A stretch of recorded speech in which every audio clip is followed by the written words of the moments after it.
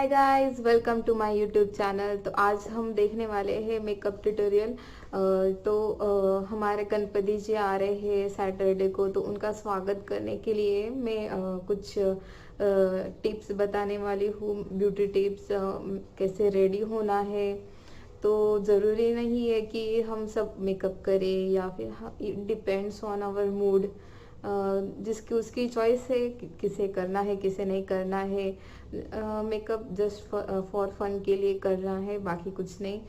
Beauty तो हमारी खुद के अंदर की होती है। फेस से कुछ मैटर नहीं करता है। तो ये जस्ट फन के लिए कर रहे हैं। चलिए जल्दी से स्टार्ट करते हैं। फेस पे मॉइस्चराइज़र और नेक पे मॉइस्चराइज़र लगा लेंगे।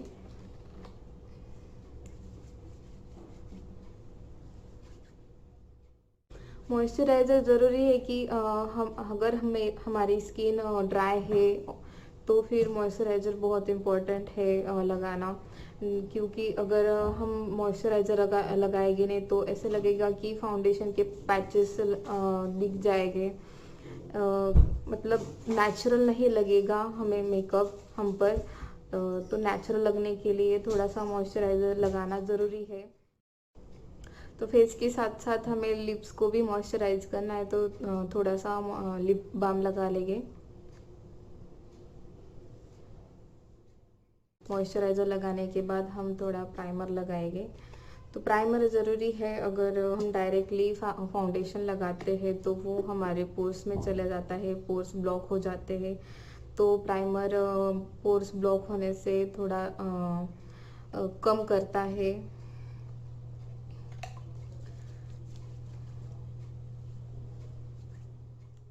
ये है फाउंडेशन की। फाउंडेशन जहाँ जहाँ ज़रूरत है वहाँ पे लगाएंगे।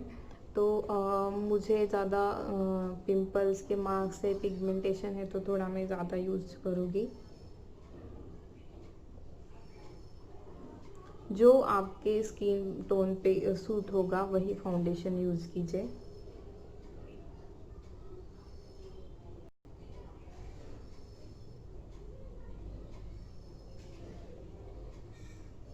नेक भी लगाइए।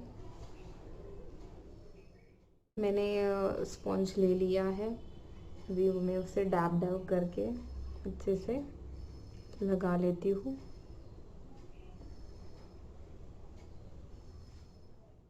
फाउंडेशन तो लगा के हो गया, फिर अभी हम कंसीलर लगाएंगे जहाँ जहाँ पे डार्कनेस है। जैसे कि ये डार्क सर्कल मुझे बहुत है आईलिड्स के ऊपर, तो फिर वहाँ पे हम कंसीलर लगा के करेक्ट कर लेंगे।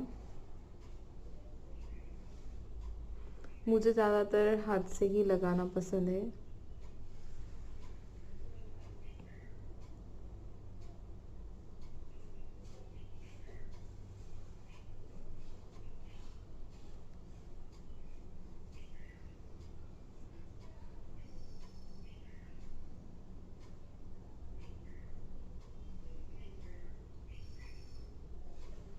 थोड़ा ही लगा रही हूँ मैं, ज़्यादा नहीं, मुझे ज़्यादा पसंद नहीं है। इसे भी हम अच्छे से लगा लेंगे। तो अब हम कंसीलर लगाने के बाद अंडर आइज जो है, चीन है, वो पैक कर लेंगे कॉम्पैक्ट के साथ या फिर लूज़ पाउडर के साथ। अगर आपके पास लूज़ पाउडर नहीं तो कॉम्पैक्ट भी यूज़ कर सकते हैं। मैं भी यहाँ पे कॉम्पैक्ट ही यूज़ कर रही हूँ।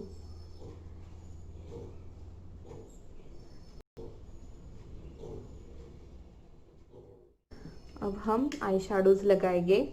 मैं ज़्यादा हाईलाइट नहीं करना चाहूँगी आईज़ को, मैं हाईलाइट करना चाहूँगी लिप्स को। तो ट्रेडिशनल साड़ी पे अगर आप रेड मरून ऐसे कुछ लिपस्टिक यूज़ करते हो तो ज़्यादा खुल के आती है ब्यूटी। तो इसलिए मैं रेड और मरून यूज़ करूँगी, तो उससे मेरे लिप्स ज़्यादा हाईलाइट हो जाएंगे। तो मुझे आईज़ को हाईलाइट करने की ज़रूरत नहीं है ज़्यादा। इसलिए मैं लाइट ब्राउन या फिर लाइट गोल्डन कलर यूज़ करूँगी। तो मैं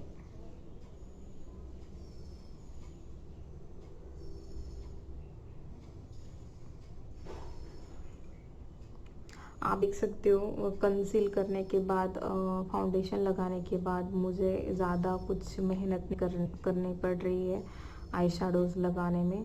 तो मैं स्ट्रोक के लिए कुछ ऐसे यू कर दूँगी। अगर आपके पास ब्रश है तो वेल एंड गुड, पर मैंने ये ट्यूटोरियल इसलिए बनाया है कि जो आपके पास बहुत कम चीज़ें हैं उसमें ही यूज़ हो जाएगा, हाथों का इस्तेमाल करके भी यूज़ हो जाएगा मेकअप आपका। ठीक है, हो गया। तो थोड़ा सा मैं ब्रॉन्ज कलर यूज़ करके जस्ट साइड से मैं इसे लगा लूँगी 2 कलर में।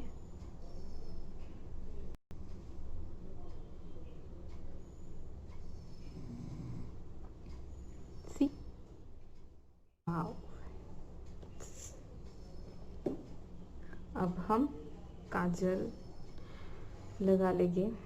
मैं आईलाइनर नहीं लगाने वाली हूँ क्योंकि मेरी आईज़ ऑलरेडी बहुत बड़ी है, तो इसलिए मैं काजल लगा लूँगी। तो काजल लगा लेते हैं। तो अब मस्कारा की बारी। मेरा मस्कारा कहाँ पे तो भी गुम हो गए, तो इसलिए मैं आईलाइनर यूज़ करूँगी। मैं आईलाइनर की टिप जस्ट ऐसे लगा के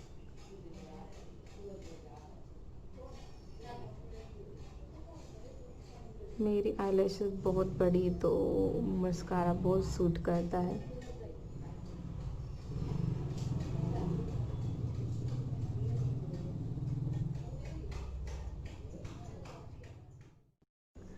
तो आईलाइनर लैशेस को लगा के हो गया है। तो हमें क्या करना है, लैशेस अगर लिफ्ट करने हैं तो हमें आपके पास ऐसे कुछ ब्रश होगा आईब्रो पेंसिल का, तो आप वो भी यूज़ कर सकते हैं। जस्ट आपको ऐसे करना है और आपके आईलैशेस लिफ्ट हो जाएंगे।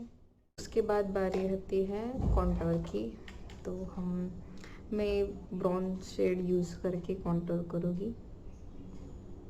कॉन्टूर उसी को करना है जिसे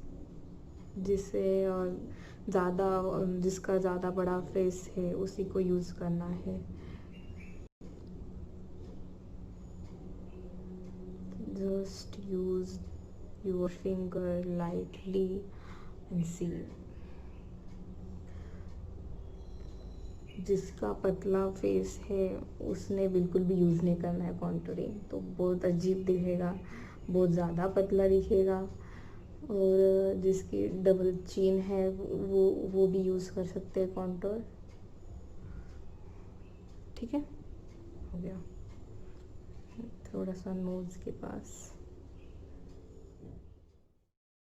तो नोज़ को कॉन्टूर करने के बाद हमें जस्ट ये जॉ लाइन, तो आपकी जो डबल चिन है वो दिखेगी नहीं।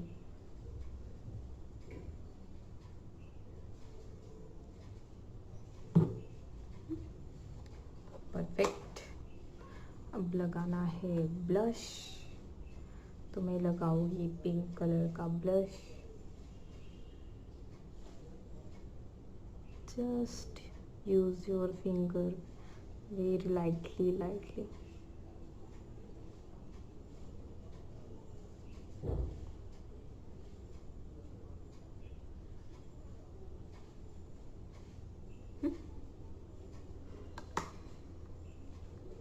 अब हम लगाएंगे फेस कॉम्पैक्ट।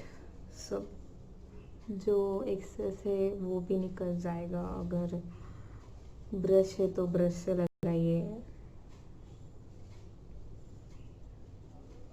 हमारा मेकअप इससे पैक हो जाएगा अच्छे से।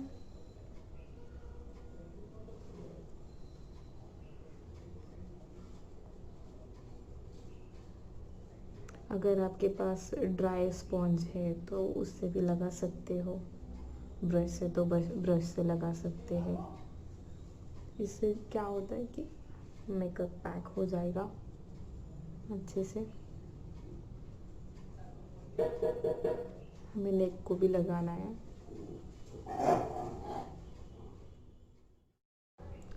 अब आता है सबसे फेवरेट हाइलाइटर का पार्ट। तो मैं यहाँ पे ऑफ वाइट कलर यूज कर रही हूँ हाईलाइट के लिए। Just highlight it.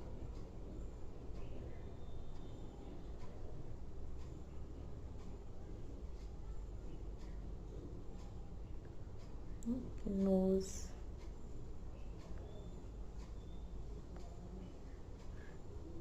देन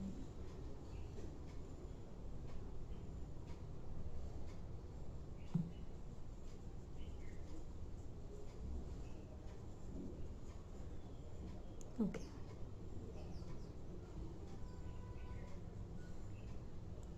चिन के यहाँ पे भी हाईलाइट करना है।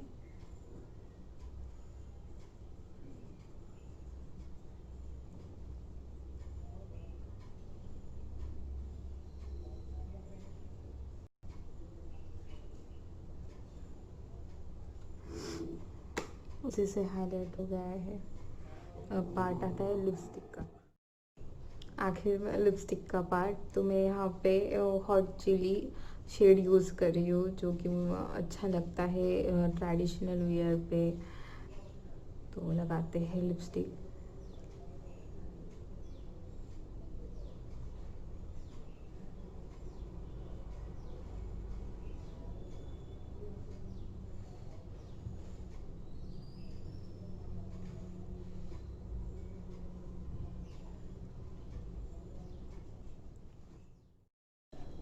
लिपस्टिक भी लगा के हो गई है अच्छे से।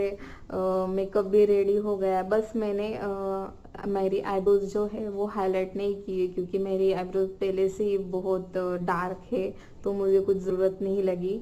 तो अभी मैं फटाक से जाके रेडी हो के आती हूँ, साड़ी पहन के आती हूँ, कुछ ज्वेलरी पहन लेती हूँ जो अच्छी लगेगी साड़ी पे। तो लेट्स गो। मैं रेडी हो गई फटाक से। साड़ी पहन ली है मैंने, और गहने भी पहन ली है। छोटा सा मैंने नेकलेस पहना है जो महाराष्ट्रियन स्टाइल में है, और झुमके पहन लिए मैंने। झुमके थोड़े बड़े पहने हैं, और जो महाराष्ट्र की आन बान शान है उसे मैं कैसे भूल सकती हूँ, वो मैंने नथ पहनी है। हम महाराष्ट्रियन की सबसे फेवरेट ज्वेलरी जो है वो है नथ है। और मैंने उसके साथ ट्रेडिशनल लुक के लिए मैंने जूड़ा पहना है। उस पर थोड़ा सा ये जो रेडीमेड जो मुझे गजरा मिला है वो मैंने पहना है।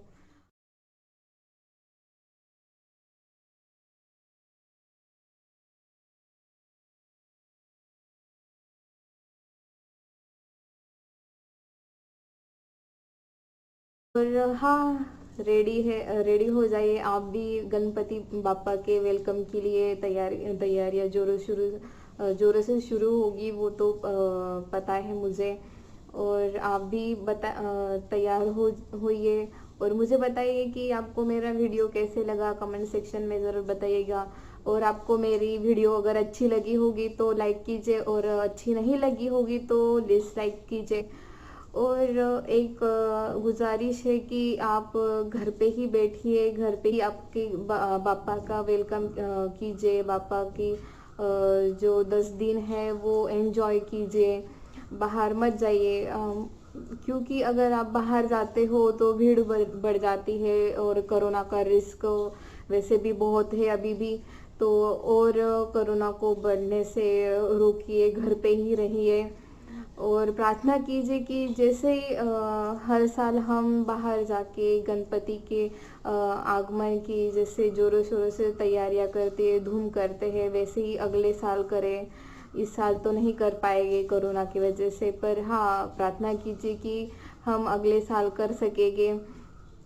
तब तक के लिए आप घर पे ही रहिए, घर से ही आराधना कीजिए गणपति बापा की। घर पे ही प्रार्थना करके आप गणपति बापा को खुश कर सकते हैं। ज़रूरी नहीं कि आप बाहर ही जाके गणपति जी को देख सकते हैं, प्रार्थना कर सकते हैं। भगवान तो हमारे साथ हमेशा रहते हैं, हर जगह रहते हैं। तो आप घर पे बैठ के प्रार्थना करते हो या फिर उन्हें देखने बाहर जाते हो, उधर प्रार्थना करते हो, एक ही है। तो घर पे रहिए और सुरक्षित रहिए। खुद का ख्याल रखिए, खुद के साथ सबका ख्याल रखिए। तब तक के लिए टाटा बाय बाय।